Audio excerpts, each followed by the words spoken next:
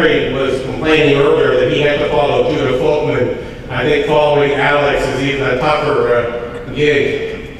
Maybe I'm going to start on a serious note, and I too second what Alex and Henry have said, that as a friend of Bob, the best part of that, being a friend, is also being a friend of Laura. And I want to take this chance to thank Laura for listening to me when I vent about family stuff, and always giving me very good advice.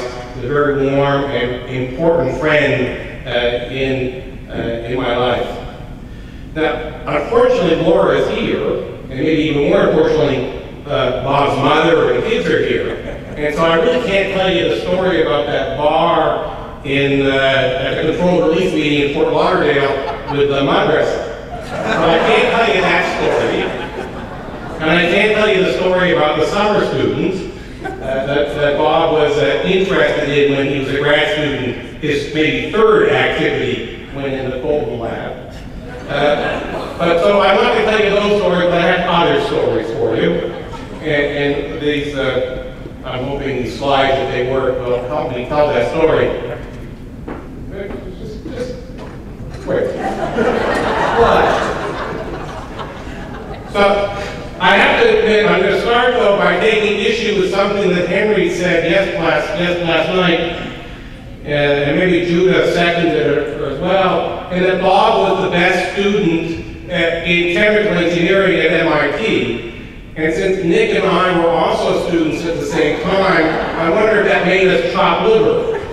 So you got to think about Bob as a grad student at the time with this big Jufro that he had, short fellow in a lab around the hall, kind of working on an odd project that really, Fargay thought it was a great project, but the rest of us thought it was a little on the sketchy side. The length of the thesis proves, how limited the project was. But Bob was a great friend. We were going out for ice cream. I can tell you another story about Park City at a conference where we had to go to a grocery store to find ice cream because Park City closed between breakfast and dinner. But an important part of our life was ping pong. And I happened to got video footage, it was very rare video footage, of the basement of Building 12. Bob's on the far side of the table. Let me see if I can get this to start. Bob.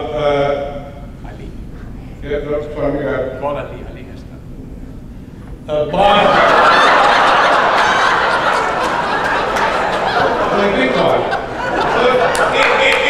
It's hard to think of this fellow as being the best grad student in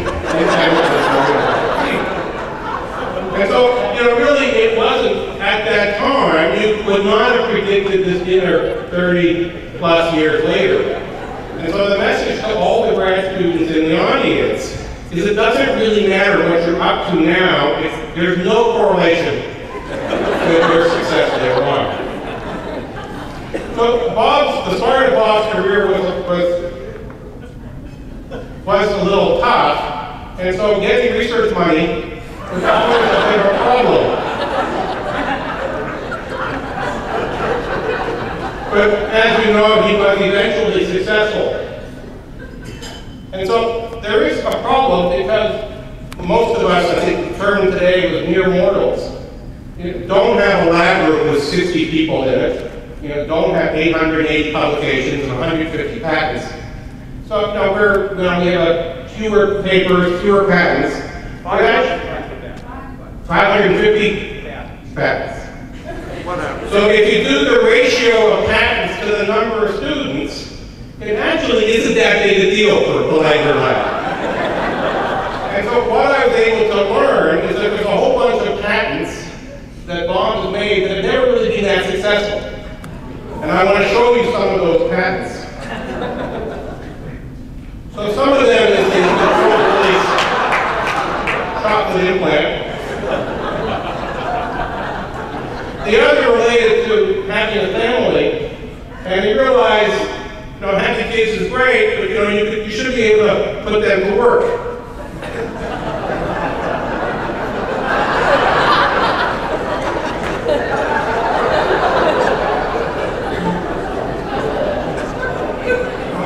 It's already been noted that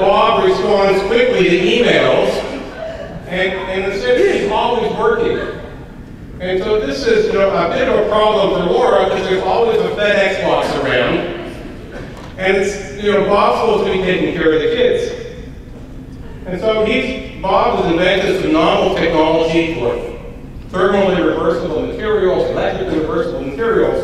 And he was thinking about adapting this technology to convert that FedEx box into something that was kid-proof, kid-friendly, so that he could convince Laura that he was actually busy with the kids. Then he also adapted another invention, sort of the 3D printing with cloning and all the sheep, and addressed another problem in the Langer household, and that was generating Visa cards, although we can never figure out how to get different numbers.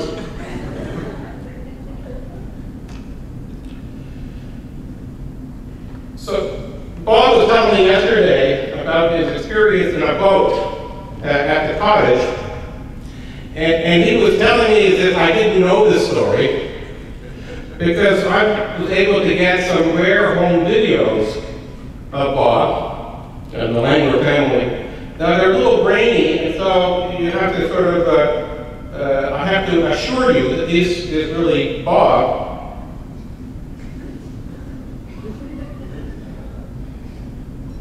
In various water activities.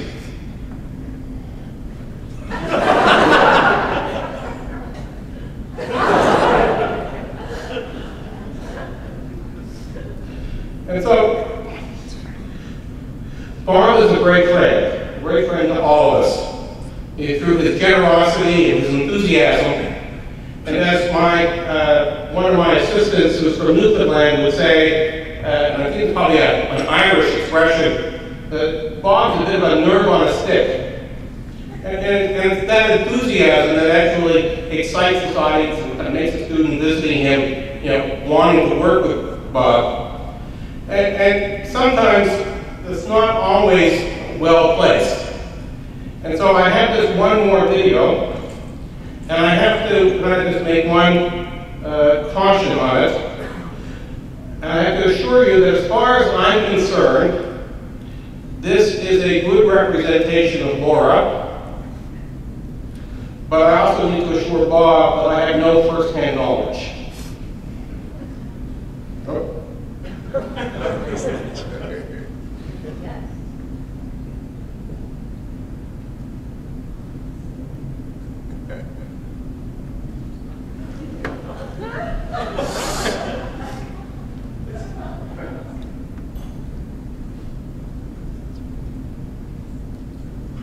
Bob's enthusiasm sometimes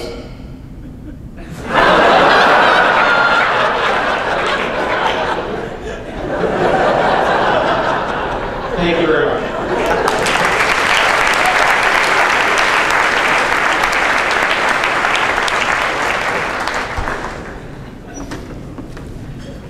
Thank you very much, Michael. Bob has very good friends, great friends, and he has other great friends that he met after he became an assistant professor at MIT. And we have invited this evening three of them. So for those of you who have the schedule, we are changing the schedule a little bit for this. We have invited this evening Alan Hoffman, Suleiman Keel, and George Heller to make some presentations about him. Alan, I've talked to you about him already. He's a grand man of the field. Sorry that I use the word grand. I hope they don't take it badly. First place visitor of Edinburgh, good friend of Bob Langer, became a member of the National Academy of Engineering, long overdue. Thank you for being here with us, Alan.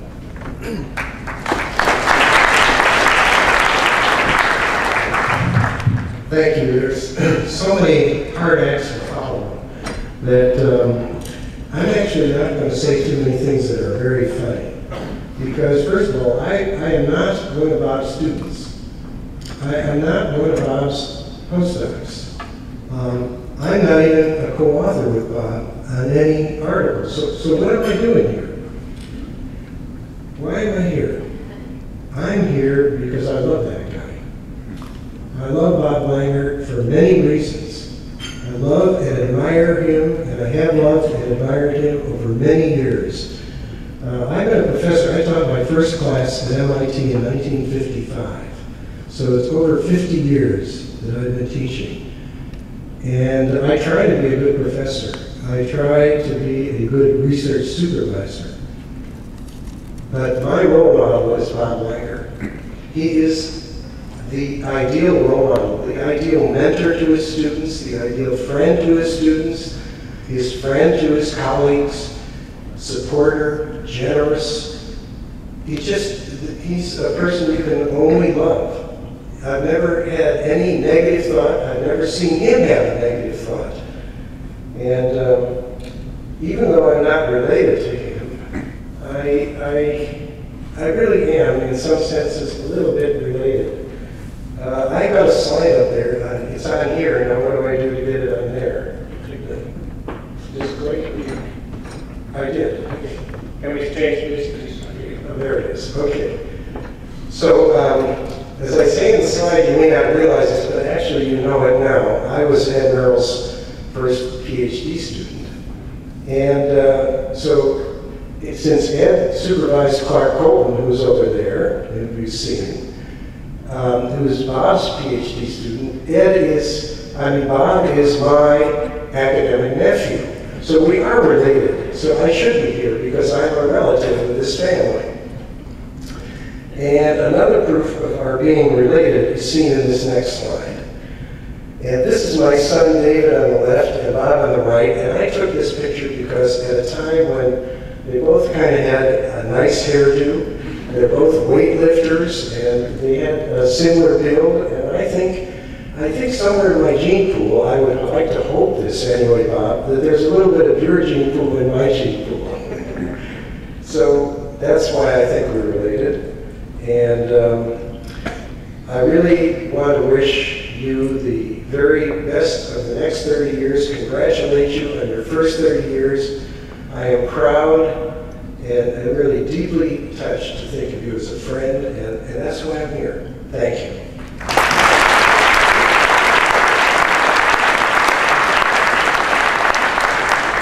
Thank you very much, Alan. And now I'd like to invite another great friend from the University of Utah, Sung-Wan Kim. Where is he? He's coming.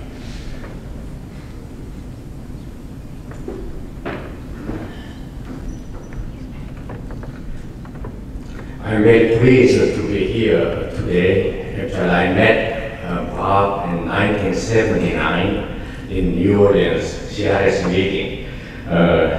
I heard his excellent talk, and I came back to Salt Lake City and talked to my lab people. I heard an excellent talk by Professor Langer.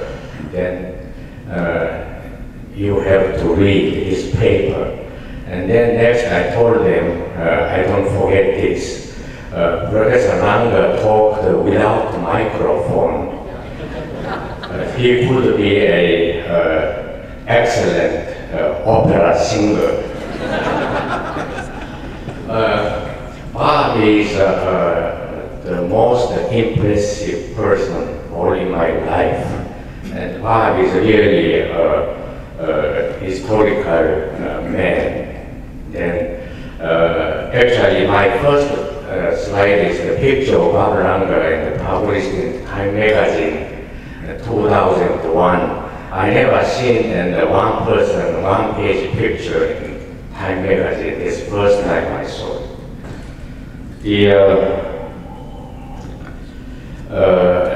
This is already, I'm going to repeat, and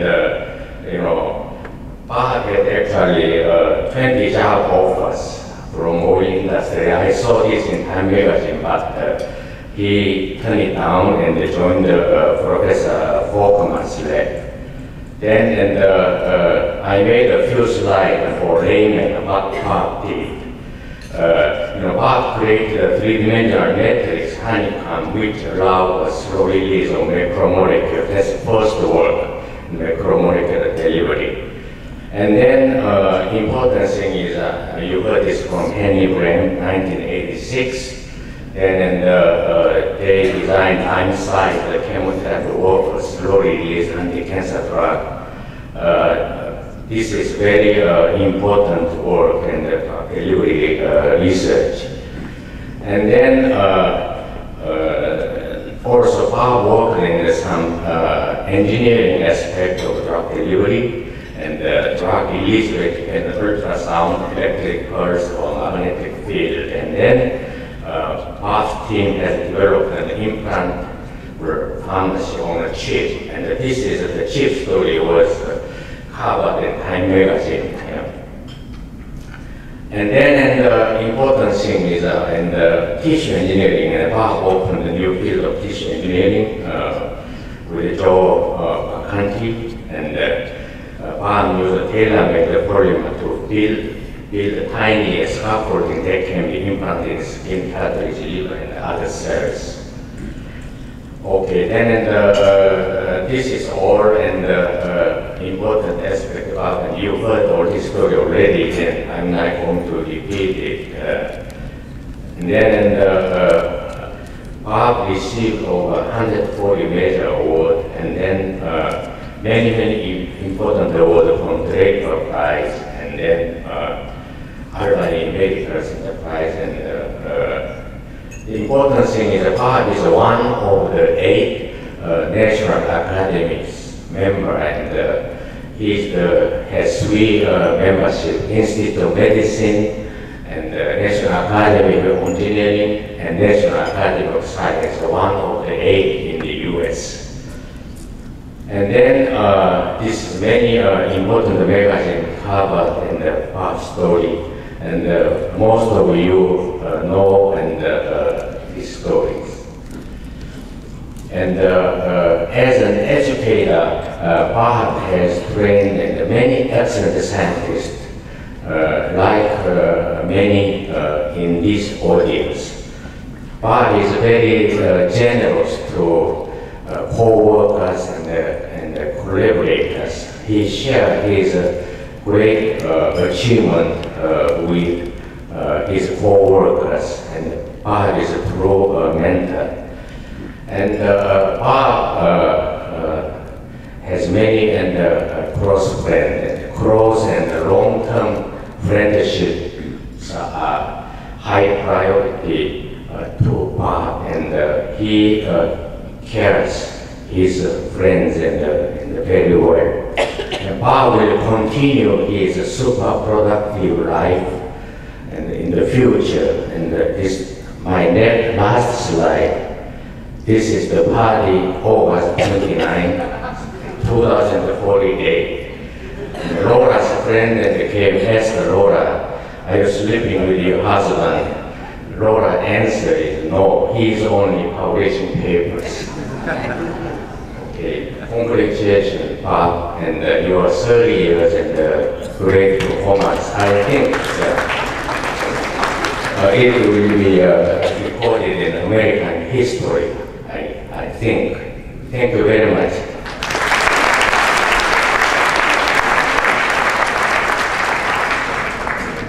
Thank you, Mr. Wang. Now I would like to call upon what we call usually the grandpa of controlled release drug delivery, George Dallard.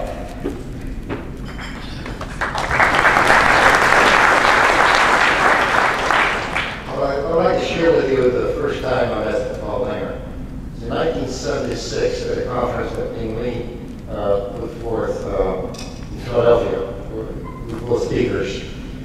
And I vividly recall that conference. I vividly recall a very intense young man that got to the podium, moved the microphone aside, proceeded to deliver a fascinating lecture at decibel level, rivaling the takeoff run of a Boeing 747. I will never forget that. I also, then we walked to lunch, and Bob invited me to teach at his MIT course, which I did for the next 25 years. This was hugely influential in my life, because at that time I was at the Stanford Research Institute, and I was doing research contracts, and that course was a very good source of funding. But more importantly, I got to know Bob and Nicholas very well. I formed very good friendships with these people. So Bob's really very influential in my life, despite the fact I'm old enough to be his father.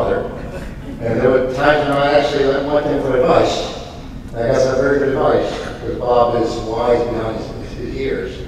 And so I will always be grateful for the influence Bob had on my life, and I treasure his friendship now and forever.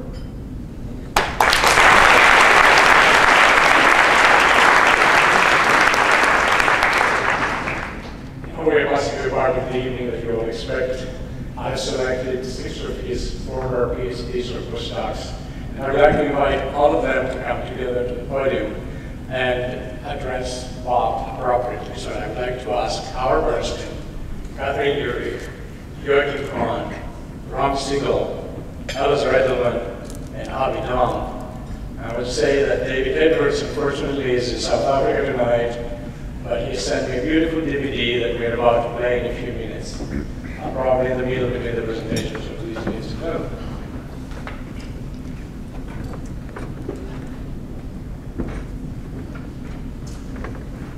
Okay, good evening. I'm Howard Bernstein, and I guess one common theme throughout the evening has been Bob's generosity. And so I finally am pleased that at least tonight I have the opportunity to give something back to Bob.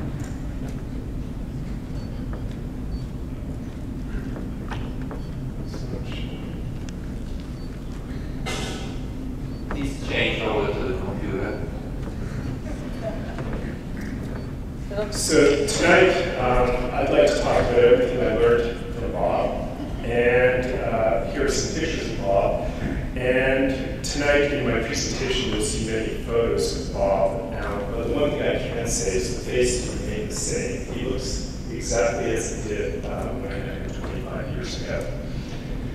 Now, what I'd like to talk about, there are 3 topics. One is insights to personal conduct. And I footnoted this because this is the pre-Laura. And I did this primarily because I think this is slightly more entertaining.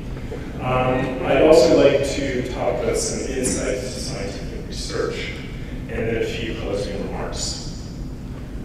Now, I'd first like to say how I met Bob, and I think this is important because many people here have probably read the book Blink. And the premise is within 30 seconds of meeting somebody, you form a lasting impression. I was completing my master's degree in chemical engineering, and I had heard about Bob because a classmate of mine, Howard Rosen, who was in the audience, was doing his master's degree with Bob. However, I'd never actually met Bob, and I was in parallel doing my master's degree. I was taking some medical courses, one of which was renal pathophysiology. And I noticed on a particular day that the lecture was going to be Bob Langer. So I thought that's very interesting. And he was talking about glomerular filtration.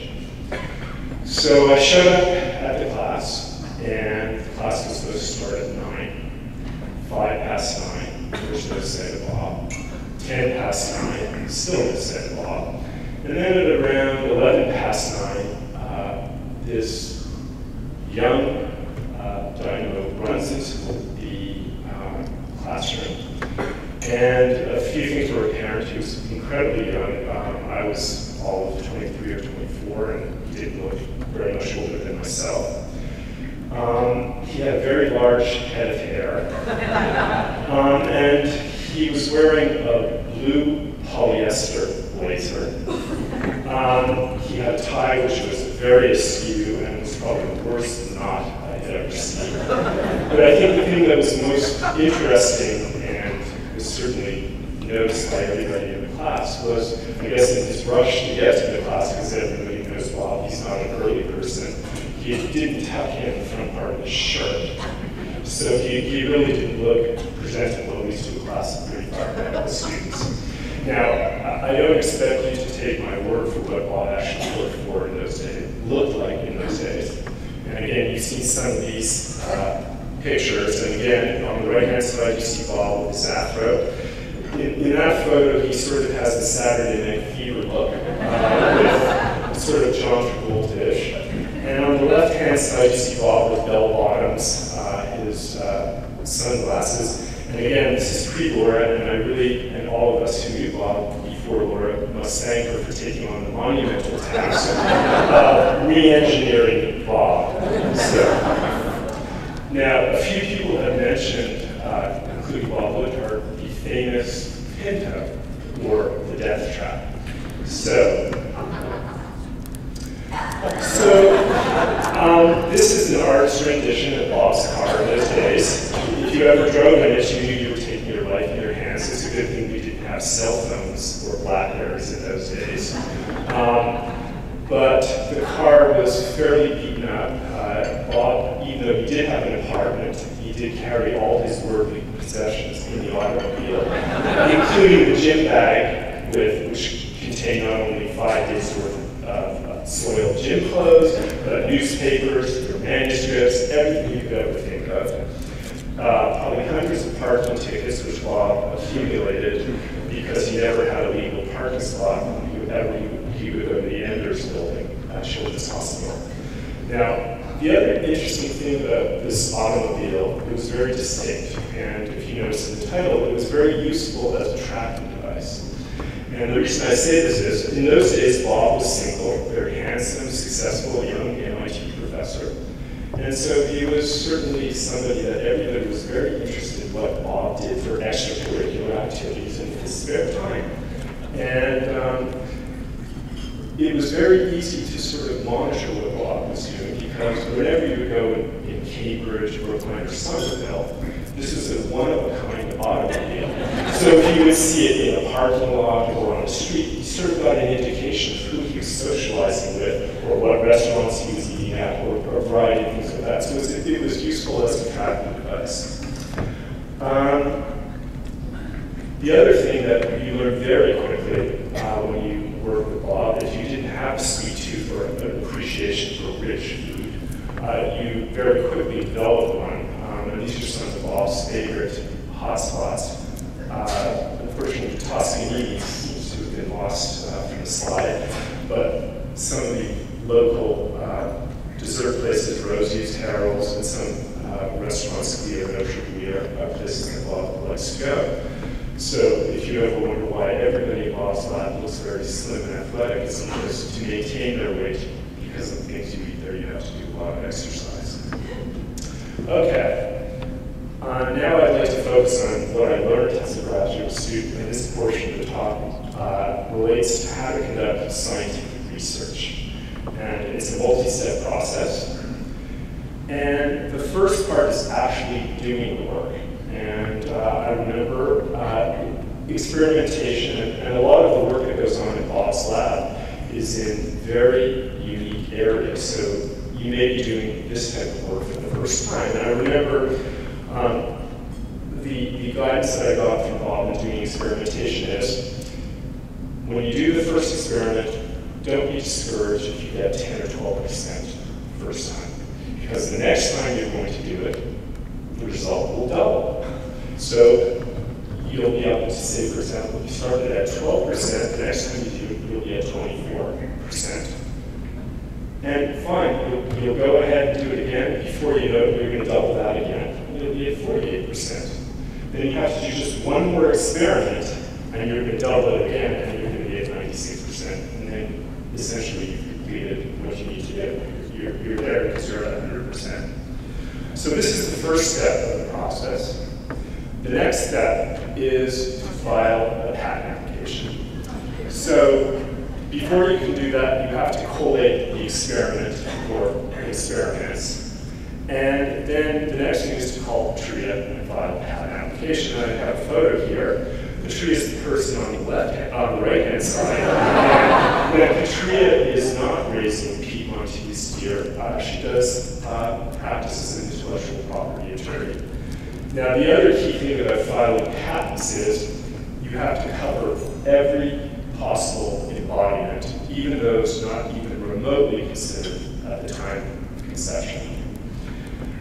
Now, the third thing is you need to publish your results in Science, Nature, or PNAS, which, again, you have to collate the experiment, you have to draft the manuscript, and ensure the correct scientific jargon or phraseology is used.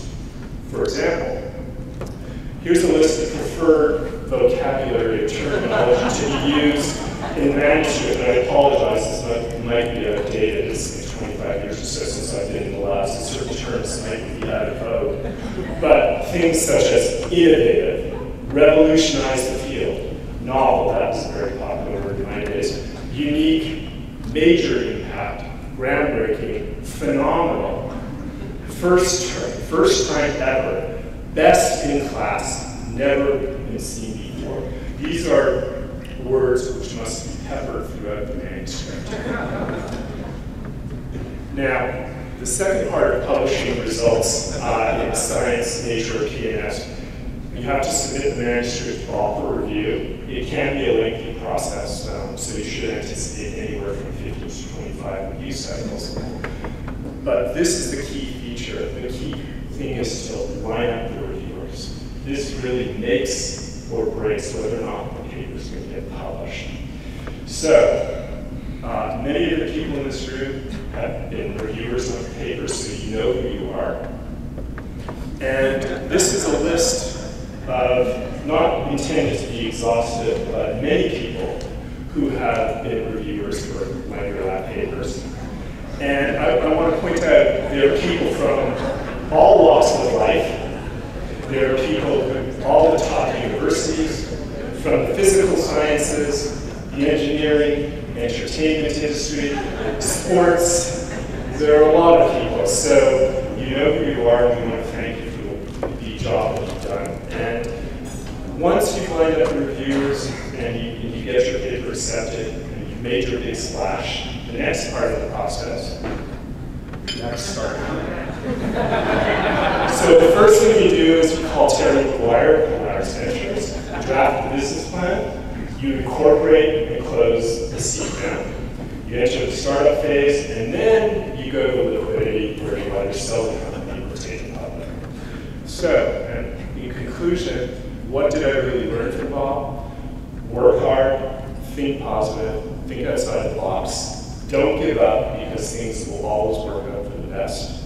Treat everyone with respect, and it's you yourself who want to be treated, and be generous. So,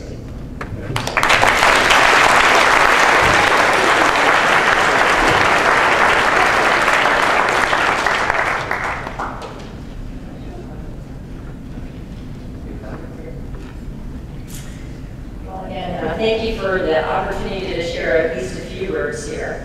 It was almost exactly 14 years ago, and on a Saturday, 9 a.m. in July, that I sat myself in Bob Langer's office and told him, you know, the research that you're doing in your lab is really amazing, but it'd be that much better if you hired more polymer chemists. So looking back, I can't believe I had the guts to say this to the man who's revolutionizing, is still revolutionizing polymer science, but nonetheless I did. Many other people would be offended, but Bob, in fact, hired me. So that, hearing that just really made me think of him very, very differently. Having followed his research during my graduate years at Cornell and at Bell Labs, I knew that Bob Langer was an extraordinary scientist. But it was at that conversation when he, enjoyed my chutzpah, I guess, is when I first learned that Bob was really an extraordinary person. So earlier this afternoon, I shared a few, quote, lessons learned: to think big, to keep it simple, stupid, to know your audience, industry advances science, and that people matter. To this list, I would like to add a few more lessons learned that directly relate to Bob as both a mentor as well as a research supervisor. Next, don't be afraid to ask questions. I was a very good example of this, at least in 93, 95. When I was in the laboratory, it's usually about 5 o'clock, and Bob's right before the run. How do you run the fax machine again?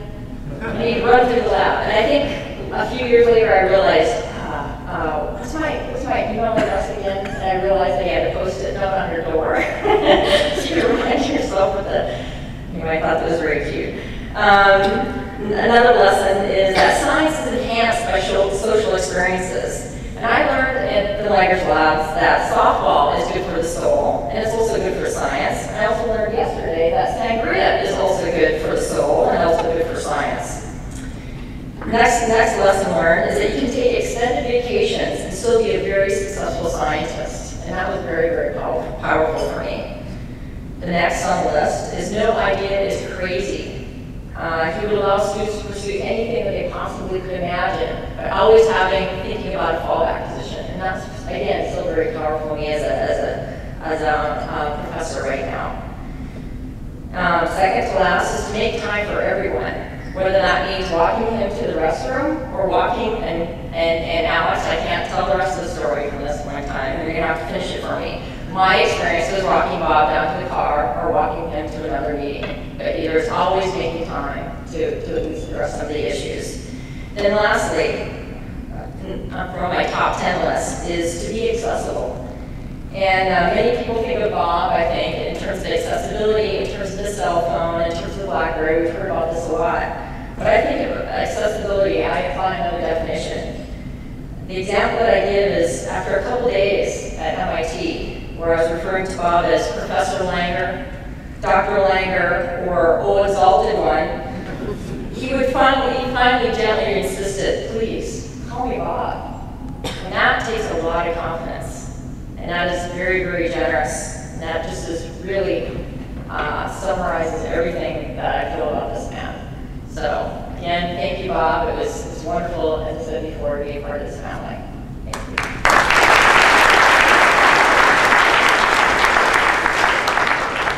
I would like to thank Ed Merritt because he finally explained to me the success of Bob. And I have good news for all the graduate students. There's still 5 more of those in the gift shop in Notre Dame. And everyone has told us how Bob affected our lives. I want to tell you how I affected Bob's life.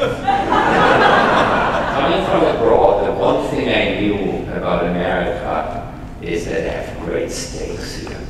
And the steaks in Germany, you had to shoot them before you could eat them. They were tough. And so I was really looking forward to these great, juicy American steaks. And I told Bob, and Bob was again a generous man because he took each of his postdocs out for a welcoming dinner. And that was quite an experience. He said at 7 o'clock, 77 Massachusetts Avenue, and this roaring vehicle comes by. I learned today it's a Pinto. I had no idea what this thing was. It was scary. But I got in. And after I put the parking tickets aside, I realized that I could see the street under my feet. The entire front belt had rusted away. I thought the Americans do this on purpose to keep the economy going. We in Germans try to build cars that last for a lifetime. Not in America. So anyway, we go up to Tobin Bridge and to that famous Hilltops restaurant. And there's Bob and I, and you probably haven't heard this, but Bob once was a meat eater. And so what did we have? Bob, do you remember this? Filet mignon for dessert. And then comes the main dish. And you know everything with Bob Langer is huge. A T-bone. Now we Germans eat 100 grams, 3 ounces of meat. Then we are full. This T-bone came on this plate, was hanging over both legs. Was this thick? I think it was a ton of meat. And Bob told me, yeah, they don't have a truckload. Each morning a train comes into this restaurant, downloading the oxen and the cows that they serve in the evening. I love that T-bone. I ate it all. And the waitress comes by, gentlemen, what would you like to have for dessert? Cherry pie, chocolate cake. And we looked at each other, no. What was it? I think a cutlet. Some kind of another meat dish. I tell you, next morning, I felt sick at the door. And Bob Langer never ate meat again. The next morning, he was a vegetarian. He was running every day. The jogging that we heard started the day after the Hilltops restaurant with me. That's how I affected his life.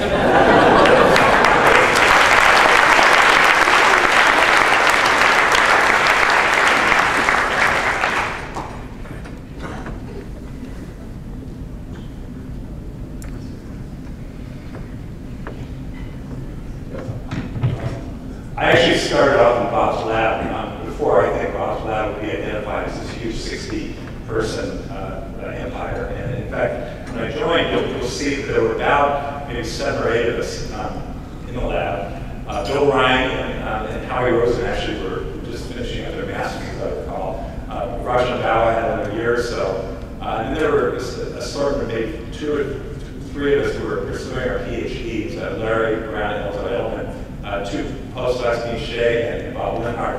Bob Linhart really was kind of the field marshal, if you will, of the lab at the time. And Bob Linhart ultimately left. And now what happened was I was going along, trying to finish my thesis, and suddenly I looked around and realized that the place had just exploded in size. And you can see the number of people who had just suddenly come into the lab after in the next 2 or 3 years. And in fact, Linhart had left. I looked around and realized that there was something bordering on chaos going on there, and took tried to take some leadership, and therefore got the name General from some people. But anyway, I just wanted to point out that there was a time actually when it was a very small group. We had very intimate meetings with Bob, and especially in terms of trying to figure out exactly how these polymers that he had developed worked. One other thing I'd like to mention is, I don't have a slide for it, is that in order to maintain such a large effort, really it's not just a matter of having a very visionary faculty leader and very good students and postdocs. The longer I've been around in universities, of course, a big organization, the more I become appreciative of the type of help that good staff provides. And I think there's no better testimony about the fact that Pam Brown showed up today, and everybody flocked to see her. Pam was someone who we also sort of wondered what she did, because she always looked so relaxed among the neurotic sort of graduate student atmosphere that we felt that we had. And what we finally realized is that Pam was so incredibly well organized that she was done before any of us even started. And a lot of us have sat around and talked about how, boy, we would be just as successful with Bob Langer, only Pam around, had followed us to our own places. And so I'd like to actually give Pam a little applause.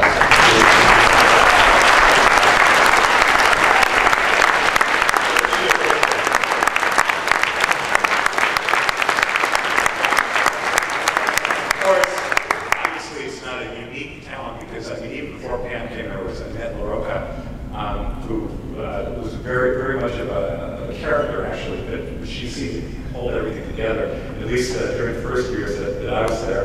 And then after that, Pamela, I'm not sure exactly what the succession is, but I know that Ilby and Connie, having visited the lab a couple of years ago, have really kept it a very, very Hamish place. I mean, a lab of that size can easily turn into a very difficult place to be, that I really think that the staff have to be complimented, because they're the ones who really keep the energy mellow.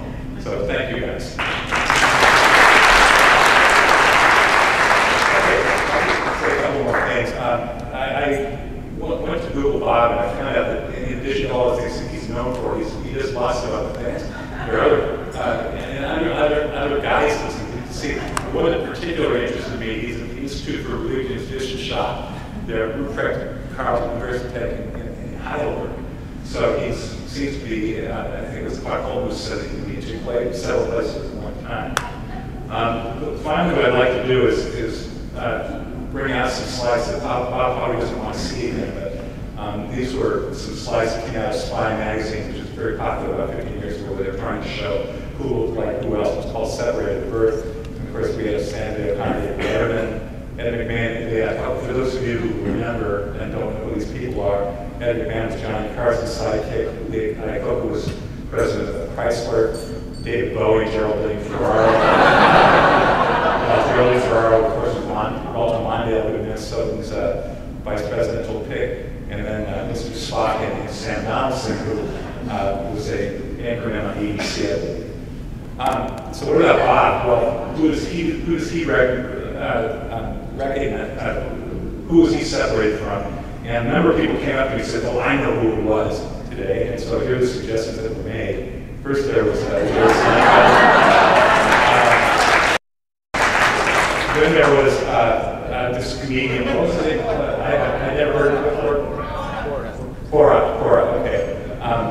And then finally, someone suggested Wolfgang Pauli, who was brought up today in one of the talks, very famous physicist. But I don't think that those are that's the right model of Bob. Best model for Bob actually was suggested to me by Kathy Linhart. Actually, when someone asked her, how am I going to recognize Bob? Well, she said, just look for Simon and Garfunkel. And not or Garfunkel, not one of them, but both. So,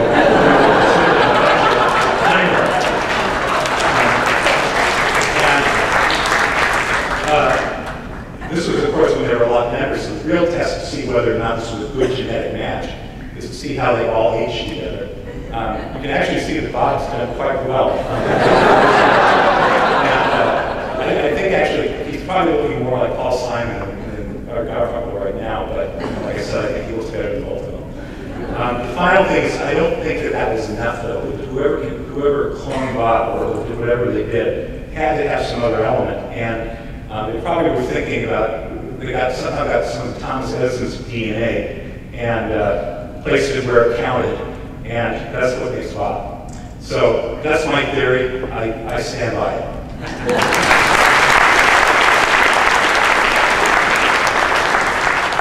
Good evening. I'm the last one. I will not keep you time. I just want to thank Bob for the opportunity to be in his lab. And when I first approached Bob, he told me, you have to come with a grant. So I tried to bring a grant, but I couldn't. So a year after I spent at Syntex, Bob gave me the opportunity to come and to pay for me. So thank you, Bob, and giving me the opportunity to be your friend for many years. Thank you.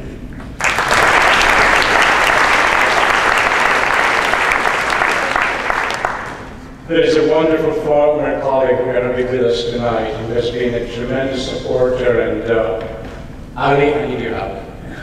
Supporter of Bob. He's, as you know, he was the co-founder of the company Air that was bought by Alchemist. As I understand, that was a company that contributed a lot to the wealth of everybody in this room. And David Edwards, can we start with the video, please? David Edwards was the one who, of course, took a lot of this money and he started something incredible. He started a number of organizations and companies and a not-for-profit company which he started now in South Africa for AIDS and HIV. He sent us a video from Paris which is absolutely incredible and I would like to play it right now. Better than going to sleep. And this is one of them. Plus a few surprises that are coming up. As low as figures. Can you read the volume?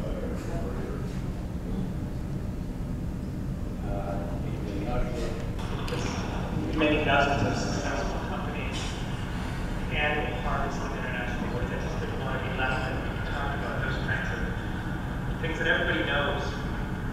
And then I was here in Paris. What is Paris? Quantifying Bob's impact on me, on the scientific community, on medicine. Here in Paris. And then it made it.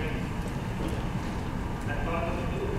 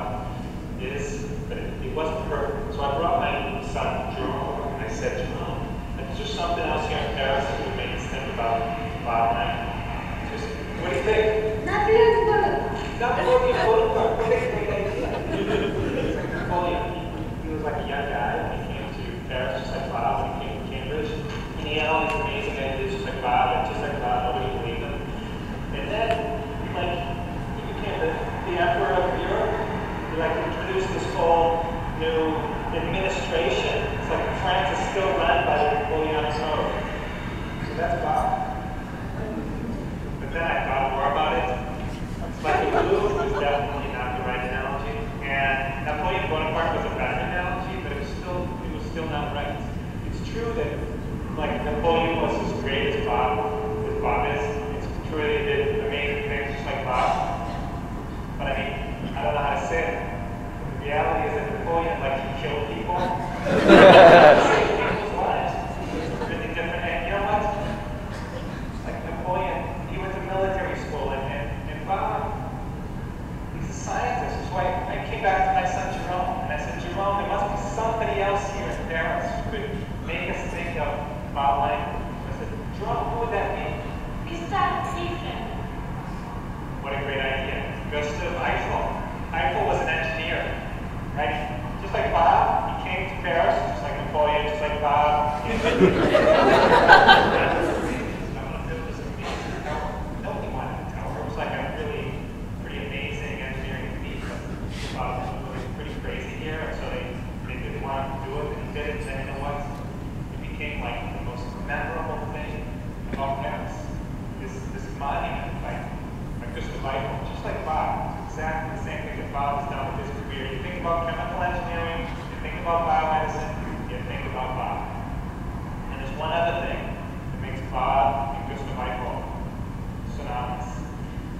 When you come to Paris, you want to have the best view possible. You want to have vision. You go to the Eiffel Tower. That's Bob.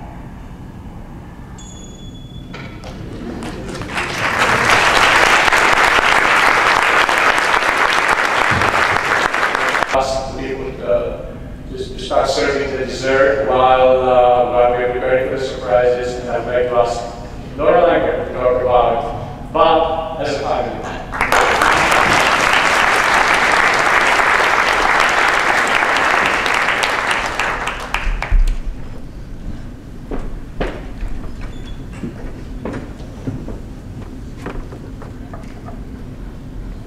So you think you've made fun of Bob, but you haven't even scratched the surface. but he's used to me teasing him, so I can just really entertain you most of the evening. But they only gave me a few minutes, so I'm gonna only be able to give you a few stories. So I was asked to say a few words, and I actually remember giving a presentation about 16 years ago. Honoring Bob.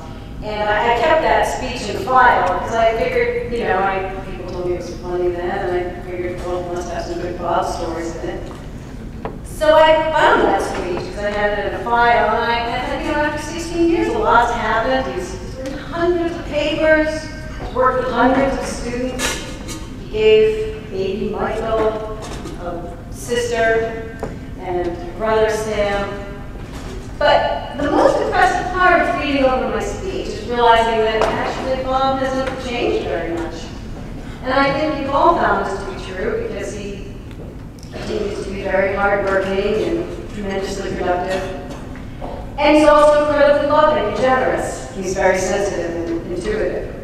And if anything, his many wonderful personal qualities have deepened and become even more apparent over these last 16 years. And being married for almost 18 years, and being a father to 3 teenage children, it requires that you have a sense of humor. And so he has a very good sense of humor. So while Bob's wonderful qualities haven't changed, not surprisingly, the things that we all really like to tease him about haven't changed much either. Of course, he still combs his hair, he still pulls his hair up, but I wasn't going to mention that. So 16 years ago, I want to preface what I'm about to say by telling you that Bob is more loving, caring, and supportive than I could ever have wanted a husband to be. And that is still true. And of course, there are just a few things that being married to Bob makes it a challenge. And of course, those challenges are still true. So he still needs to bring his work with him wherever he goes, but these days he can't be found without his Blackbird. Actually, a lot of you don't know he has 2 blackberries. And 16 years ago, I told the story that Bob was so nervous when he brought me to the hospital to deliver Michael that he made sure that he had this bag, that gym bag. Well, I had upgraded it, but it was still a big bag full of papers. And he put it in the back of the car, and he almost drove off without me. But we made it to the hospital, and then when they told me he was going to have to wait for the other girl to go into it, back, of course, he went out to the car and get his papers so he could get his work done. Didn't know that would happen because he has his 2 blackberries, and he doesn't have to leave my side, and he can still do all his work. See, technology has improved all of our lives. So after all these years, Bob still has a very endearing way of letting me know he needs me, like literally every day, no matter how far apart we are. Last week he was at our house in Newton.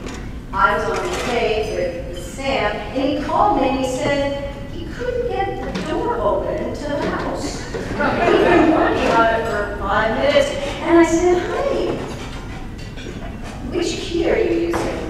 And sure enough, when I described the right key, it worked. And then, not long ago, we were driving to an awards ceremony where Bob was being honored for his extraordinary achievements in engineering. And he's driving his car, the same one we had for years. After the Pinto, he got a Mercedes. And actually, we made sure over the years to give him the same car because we don't want to confuse him. So stick with the same thing. But anyways, his car, we're driving, and he's a little warm. He says, "Could you get the air conditioning to work?" And I say, "Well, what's wrong with the air conditioning?" He says, "Well, I turn it on, and it makes a big whistling noise, and it doesn't work very well." And I look at it and I say, "Well, can you open the vents?" And he says, "What vents?" So I point, and I say, "Those closed vents." But we got the air conditioning to work. Now, this absent-minded professor shtick is really his way of making me feel needed. And I feel very, very needed. And I can share these stories with you because you're actually familiar with his brilliance firsthand, and I know that all of you must realize I'm really his most enthusiastic supporter. And I could go on and on about his scientific achievements and his big idea thinking. But I have learned that if I talk to a reporter, I'm just supposed to say, "Bob's perfect. This is perfect, that's perfect." Bob is practically perfect in every way. So some of you may remember that a couple of years ago, the Boston Globe magazine had an 8-page spread on Bob and his achievements, and that headline, "The Smartest Man in Boston." And this woman interviewed me for an hour. She interviewed a lot of people. And we talked about Bob's work and his strength as a mentor and how important his student success was to him, how important making a difference in the world was to him, what a terrific and caring father he was. One time she said, "Well, what's he really like at home?" Now I've gone on for an hour, saying wonderful things, glowing things. And I said, "Well, he's a little less involved in the sort of daily domestic stuff. I've been living in his house for 5 years, and I don't think he could probably find a spatula." So now here I am thinking, just a little human element, right? We've got an hour to speak about. What does she do? She calls up my husband and she says, this is the report for the Boston Globe, right? She calls up my husband and she says, "Oh yeah, I just spoke to your wife. She says you can't even find a spatula in your own house." Well, Bob's not very happy with me. He thinks this is going to be in the Boston Globe, but luckily it wasn't. So, since you're here tonight, I have one more snippet for you, and this is the real Bob that you don't get in the Boston Globe. And you all know he exercises every day, but there are a few things you probably don't know. The first, he's been seen running laps, fully clothed, in airport lobbies.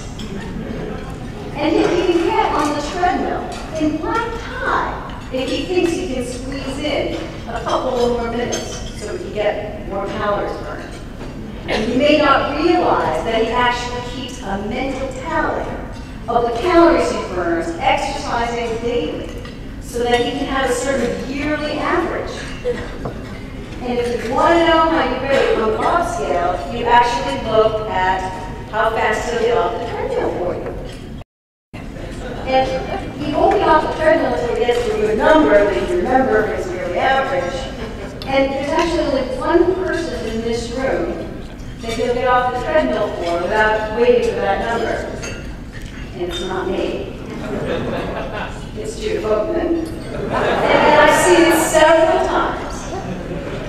So our children will tell you they've heard these stories, and when they hear these stories, they roll their eyes and they say, that is so daddy. Unfortunately for all of us, what is so daddy and so Bob are these charming foibles that go along with his very, very big heart. And that heart is full of warmth for all of you. So yesterday evening, the elements of what make Langer Lab successful were discussed. One element was finding great talent. Most of you know that Bob receives many thousands of inquiries yearly for student and postdoc positions, as well as collaborative invitations. So not surprisingly, this group is full of some of the world's greatest scientific minds and scientific potential. Bob's ability to accomplish what he does requires him to trust others and delegate responsibilities. So it's important for him to work with people who share his loyalty, diligence, and dedication to making a difference in the world. And that requires a host of talented scientists, but also a strong background of support staff that has always been essential to his success. So I also want to recognize Pam Brown for keeping Bob in line for those early Langer Lab years. And also Connie Gill and her team with Ilda Thompson and Nancy Parkinson, who've been indispensable to Bob in allowing him to do what he does best. Because they keep him away from machines. And they never let him be in charge of putting anything away. And they are responsible for the smooth running of the entire Langer Lab Corporation. So my thank you is to all of you, to family and friends. Your love and your support is truly, truly magnificent.